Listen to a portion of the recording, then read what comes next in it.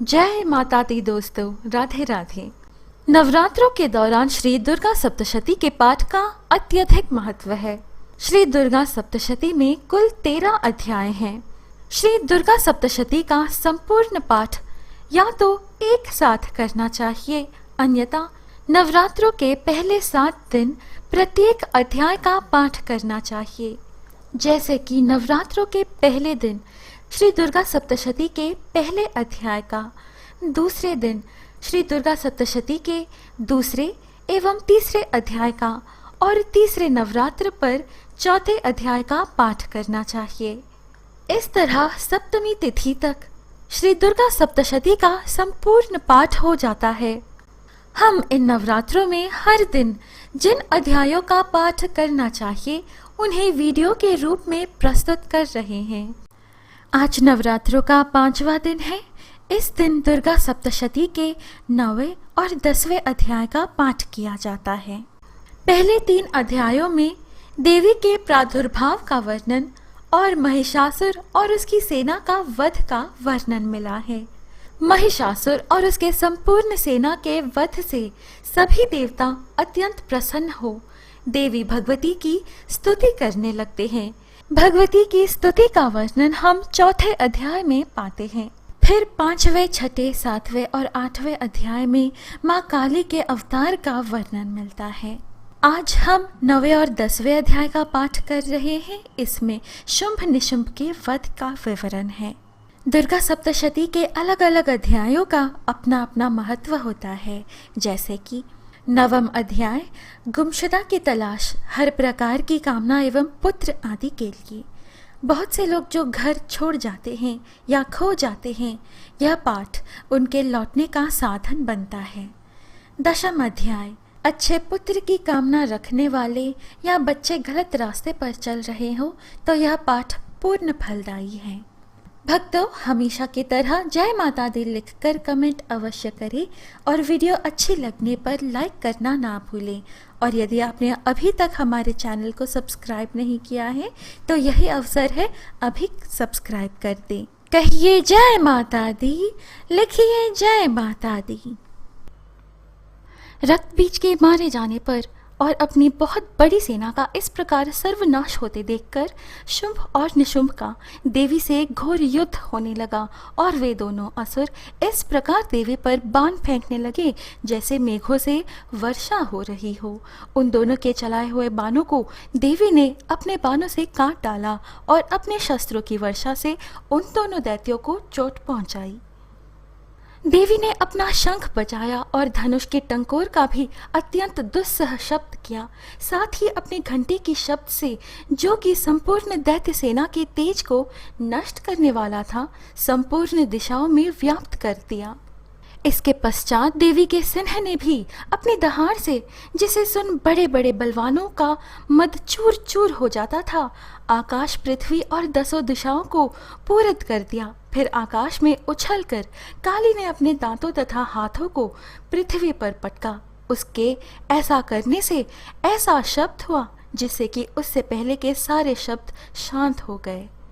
फिर शुंभ के छोड़े बाणों को देवी ने और देवी के छोड़े बाणों को शुंभ ने अपने बाणों से काट सैकड़ों और हजारों टुकड़ों में परिवर्तित कर दिया। इसके पश्चात जब चंडिका ने क्रोध में भर शुंभ को त्रिशूल से मारा तो वह मूर्छित होकर पृथ्वी पर गिर पड़ा।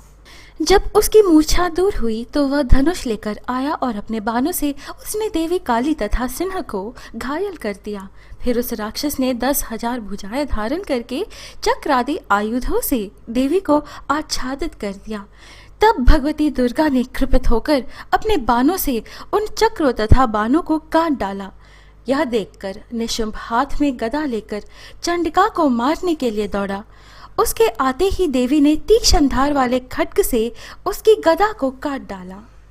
निशुंभ आता देखकर चंडिका ने अपने शूल से उसकी छाती पर प्रहार किया और उसकी छाती को चीर डाला। शूल विदीर्ण हो जाने पर उसकी छाती में से एक उस जैसा ही महापराक्रमी दैत्य निकला। उसको देखकर देवी ने बड़े जोर से ठहाका लगाया। अभी वह निकलने भी ना पाया था कि उसका सिर अपनी तलवार से काट डाला। सिर के कटने के साथ ही वह पृथ्वी पर गिर पड़ा। तदनंतर सिंह दहाड़ दहाड़ कर असुरों का भक्षण करने लगा और काली शिवदूती भी राक्षसों का रक्त पीने लगी।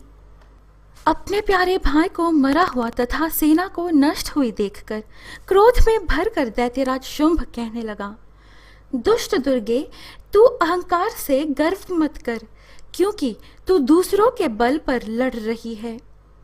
देवी ने कहा, हे दुष्ट, देख मैं तो अकेली ही हूँ। इस संसार में मेरे सिवा दूसरा कौन है? यह सब मेरी शक्तियां हैं। तब देवताओं तथा राक्षसों के देखते ही देखते देवी तथा शुंभ में भयंकर युद्ध होने लगा। अंबिका देवी ने सैकड़ों अस्त्र शस्त्र छोड़े, उधर दैत्यराज ने भी भयंकर अस्त्रों का प्रहार आरंभ कर दिया। दैत्य ने देवी की छाती में बड़े जोर से एक मुक्का मारा। दैत्य ने जब देवी को मुक्का मारा तो देवी ने भी उसकी छाती में जोर से एक थप्पड़ मारा। थप्पड़ खाकर पहले तो दैत्य पृथ्वी पर गिर पड़ा, किंतु तुरंत ही वह उठ खड़ा हुआ। फिर वह देवी को पकड़कर आकाश की ओर उछला। देवी आकाश में दैत्य के साथ बहुत देर तक युद्ध करती रही। फिर देवी ने उसे आकाश में घुमाकर पृथ्वी पर गिरा दिया। देवी के त्रिशूल से घायल होने पर उस दैत्य के प्राण पखेरु उड़ गए और उसके मरने पर समुद्र, द्वीप, पर्वत और पृथ्वी सब कांपने लग गए। तदनंतर उस दुष्ट आत्मा के मरने से संपूर्ण जगत प्रसन्न व स्वस्थ हो गया तथा आकाश निर्मल हो गया। पहले जो उत्पात सूचक मेघ और उल्कापात होते थे वह सब शांत हो गए। उसके मारे जाने पर नदियां अपने ठीक मार्ग से बहने लगी। संपूर्ण देवताओं का हृदय हर्ष से भर गया। गंधर्व बाजे बजाने लगे और अप्सराएं नाचने लगी। पवित्र वायु बहने लगी। सूर्य की कांति स्वच्छ हो गई।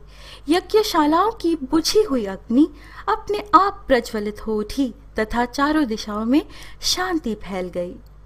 भक्तों, यहाँ दुर्गा सप्तशती के 9वें और 10वें अध्याय संपूर्ण होते हैं।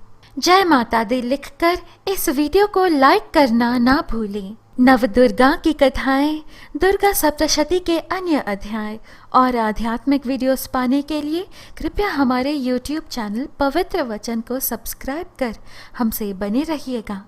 अभी मुझे अनुमति दीजिए, जल्द मिलेंगे अगली वीडियो में। जय माता दी।